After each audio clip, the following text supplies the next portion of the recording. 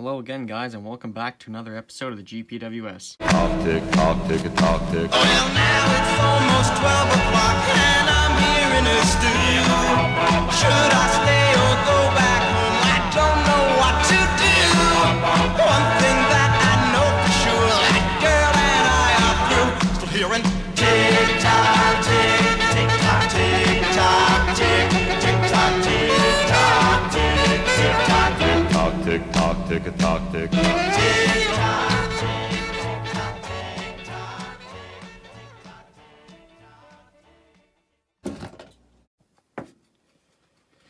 In this episode, we will be continuing with our Westclox sleep meter, and we've cleaned it all up now. So we're going to put it back together, and hopefully when we get it all together, we won't have any spring problems. And this isn't particularly one of the greatest models to be working on for this particular case, because the spring barrel isn't interchangeable. It is fastened to the back plate, and so is this one. So you can't put the movement together and then add the spring barrels in, or add the springs and barrels in after. You have to get it all in at once. So it's not very modular, but it's doable. It's just more of a nuisance. The big bend movements are easier to do because, you know, they got the modular spring barrels, and if this were to happen to a big bend that's just been serviced, you know, you can take the barrel out individually and you don't have to tear the whole thing apart. So anyway, it's just more of a nuisance on a movement like this, but we can still do it, and you can apply all this stuff to another movement anyway, you know. So since we got this cannon pinion, which we can't, well, I mean, this would have to come off, and so would this, which, you know, you can do that, but I'm not going to because I don't have a cannon pinion remover anyway. So we're going to leave all this on. So we have to assemble this from the back plate. Yeah, I think we got to assemble it, or I'm sorry, we got to assemble it from the top plate, and then, or maybe, I don't know. It was kind of a, yeah, due to this being in the way, it's a little bit more complicated to do, but, you know, we can pull it off, I think. So first things first, our main spring, the main time spring out of a big bend, is going to be put in this, and we've got our alarm spring here as well. Now, what shall we use to lubricate these springs? Well, as you know, we didn't have good results last time with the mobile oil, and since these are bigger springs, you know, I'm pretty sure they need a little bit more than oil. And I know I said I was under the impression that these needed oil because they're smaller. Well, yeah, I guess they are smaller to an extent, but they're not as small as, I don't know, a pocket bend spring. That'd be a spring you oil. And speaking of which, there's no spring chattering out of the pocket bend or Westclox Leland movements. There's nothing. It's only this movement and the big bends. So obviously this needs either thicker oil or grease. And since we don't really have any thicker oils on hand, or any that I'd like to use, I'm going to use my Power Fist multi-purpose lithium grease. I think that's the way to go for this particular one. So to start us off, we'll put our mainspring in. Let me just make sure this thing's actually clean, hey? Like, I know I scrubbed it down with a toothbrush in the simple green, all that, but I'm not getting anything on my hands here. So that's a pretty good indication that, you know, there's no grease or anything left over on this. Okay. Let's grab, well, I'm going to use a toothpick here. I'm going to, whoops, zoom out here. Get a toothpick. I know, there's like 60 toothpicks in this thing, because I keep sticking them in there and not taking them out. It's dumb of me. Get a toothpick.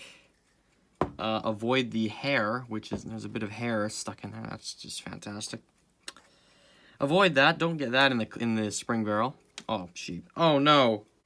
It's hilarious, you know, viewers. I'm wearing a pair of blue jeans right now, and I've just accidentally dropped a little bit of blue grease onto these jeans. So it couldn't be more convenient of a color, hey? It just helps with the bluing. Anyway, okay, so we just take a little, I know it's a fairly big dab on there. Take it like this. Probably do that, or probably a bit like that. Oh, that's way too much. Okay, there we go. We'll go with that. I find that less is more on these types of things. Okay, now we've got our spring barrel. I'm confident this is the way it goes in. Let's just see here. Oh, no. Nope, that's not the way it goes in. It goes in like this. Because you can see which way the hook here is. So it keys into this on the end of the spring. So I'm just going to get my hand around the camera, hopefully not knock it over. Get that first coil in. That's always one of the trickier ones. Oh. And see, you get that slotted in there now. So it should actually stay in there. Then you get the second coil. I mean, you can do this with, oh, it just came out. Well, it just came off. That's not going to do us any good. Okay, let's just do that again. Get that in, get that on. Get that in there. Come on. You can do it. Oh, doesn't want to.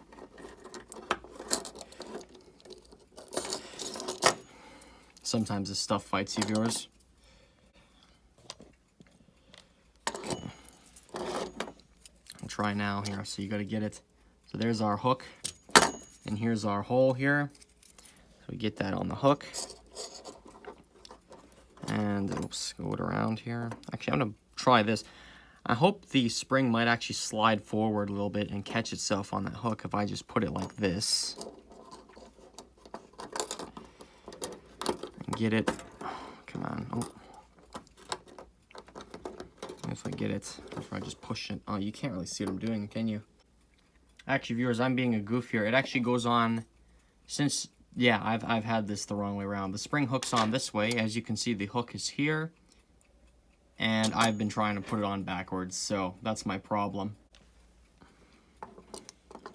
Okay, let's go. Let's give this another shot here, shall we? We'll get it in eventually, viewers. But maybe a little ways away from right now. Okay, come on. Hook on. Oh, you can't even see what I'm doing. Okay, once you do eventually thread it in, and it is, believe it or not, viewers, it is possible.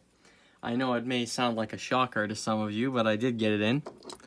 And as you can see, you can see some of the grease down there. I'm not sure, I don't know, I might add a little dab. Well, that's a pretty big dab, isn't it?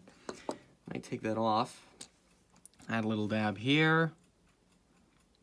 You know, add one up here. Add one over here. Add one over here. Oops. You know, get them all in.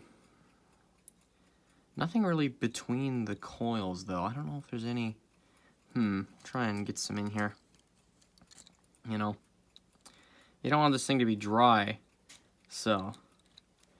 Because if it's dry, well, then, you know, you might as well not even. Well, if it's dry, it's going to make the chattering sound. So it's a case of finding the perfect oil or grease to use for these things. I think I might put a little bit more. This thing does seem fairly dry. I was going to put 3 little dabs, but apparently that's not happening anymore. We'll stick a dab down there as well. And for our alarm spring, I'm just going to put a dab here as well. And get that in there. Maybe do some grease on the outside of the barrel, or on the well, you know what I mean, on the side of the barrel. Put some here maybe. And of course our loop end mainspring with a actual loop with a rivet in there. And of course our loop end mainspring, you hook this on to the loop here, hook it onto this pole, and get it in the exact same way as our other one. Whoop. Except this one's a lighter one, so this shouldn't have as much trouble as the bigger one did. Oh, jeepers. Come on. Shouldn't have enough trouble, hey? Okay, viewers, we have our springs greased up now. And since we're going to have to put this plate on upside down, like this, and of course nothing falls off, we're going to have to get these wheels on here right now, the alarm great wheel and the time great wheel. So we're just going to pop that. I'm just going to get that on, make sure it's actually hooked on. And it's hooked on. Very good. Okay, and then this one, The problem with this before was I didn't hook, or I think I left it till like the last minute or something, and then got it on, but it didn't actually get hooked in like it's supposed to. Yeah, see, it was doing this. It would just, yeah, it wouldn't actually hook on. So we gotta, well, I'm gonna take the pliers, and I'm gonna make that little, the end coil a little bit smaller, so this actually hooks on right now. Okay, viewers, we've got this to a point where we can actually operate this upside down, and I'm pretty sure it won't, oops. And I'm pretty sure all this stuff here won't actually unhook and everything. So our alarm great wheel, that should stay in, and the time great wheel, this will definitely stay in. So now we can just pop that on upside down, and we'll leave that upside down just to see how long that'll stay there. And now we can put our movement, or we'll put all the gearing on and everything. Okay, now we can start putting our wheels on and stuff. So first off, we'll go with the pallet fork. Actually, I'm going to put this on this way. I'm going to turn this around so you can see what I'm doing. We'll start with our pallet fork. You know, nothing, no frills there. Oh, maybe I could get it. I think this is better actually, because there's more room for the pivots to actually stick out and under the plate. So it's better like this, I think. Next up is the escape wheel. So I'll just stick that in there. Oh, there we go. And as I said, we're putting this together upside down because this doesn't come off, or doesn't want to come off, at least not at this point. So, you know, we're doing it like this. So we've got our first wheel, I believe. This just goes in there, like that. And now for the second wheel. Unless the escape wheel is technically the first wheel, I don't know. That still screws me up, viewers. Then we got this. Oh, make sure it actually keys into something. Oh, can we get that in? Yes, we can. So our, well, I guess we'll, you know, our second wheel here keys into our first one via the lantern pinion. So you know you're doing something right if things are actually hooking up to each other in that, well, are actually engaging with each other in that sense there. Because if they're not, then I don't know, there could be a problem.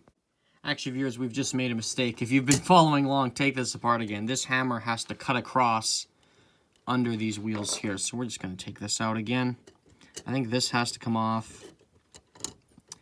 And so does this. I think we can leave the pallet fork and everything in. So we'll take this wheel here. I believe it goes in this, or not, I'm sorry, not wheel. Put the hammer here, slide it in here somewhere. And it really is a case of somewhere because I'm not entirely sure where it goes. I think it goes right over there. Or does it? No, it has to. I'm going to take these off just because they're kind of in the way. Where does this hook into? Or where does this go into? I wonder. There maybe? Okay, viewers, we found the spot. It goes into this pivot right next to the the center wheel here. And it just kind of cuts through under there, so. Okay, now we can put our other stuff on again. And I've actually found it's easier to build the train this way. Just go from the center wheel and then this wheel here. Oh, brutal. This wheel here. And then the pallet, or not the pallet fork. Escape wheel goes in. Wait, no. Goes in over here, someplace. Oh, there we go. The guy who, I don't know if it was Westclox who did this, or if it was somebody else. There are 3 holes stamped right there. Well, it looks like 3 holes anyway. When you turn the light on, there are only a couple of marks there. They didn't go through the brass plate all the way. They only went through with that hole there, which you can see right there. That's the only hole that's there, and there's a hair there as well. I don't want that. That's not any good. Oh, come on. Anyway, yeah, they went. It's funny. I don't know if that was a guy trying to rebush it. It doesn't look like it has been rebushed. I think that might have been Westclox themselves. Maybe they hired a new employee named Greg to build the sleep meter or something. I don't know. Okay, we'll get our See, look at that. You turn the light off and it looks like there's 3 different holes there. So you probably won't have that on yours. Sadly, I'm the schmuck who wound up with the one on his. Oh, it's not. That's okay. It's pretty easy to figure out which ones are actual holes and which ones aren't. Which ones are they look like attempted holes, but I don't know. I don't know, viewers. Okay, now we've got all this together here. We can get this on. I believe it goes on this way. Yeah, it does. Okay, now we can get the top plate and put that on. And of course, there's all the little paraphernalia over here, which goes on after that, but we're not going to worry about that now. Yeah, we're going to, I don't think I can record this because this is just, I don't know. I can't see it going too smoothly, honestly, with me recording. I'm probably going to have my hands in the way or something. I actually come back to you a few hours later with some news. We put the whole thing together, had to pull it apart again because we realized our spring wasn't actually hooked up right. It wasn't hooked up to the tab in here, or it wasn't actually in the hole. The tab wasn't in the hole. So, of course, you know, since this isn't modular, the whole thing had to come apart again. So, I've just put it in right now, and I took my screwdriver and just, not this one, but I pushed this out just a little bit more, just to make sure that this spring is actually hooked on this properly. And now it is. You can see that it actually is on there. So, that's great. I'm going to leave this video here for now. I'm going to keep working on this. And you'll see more of this movement in the second part. So, hope you guys got something out of this, and I'll see you there.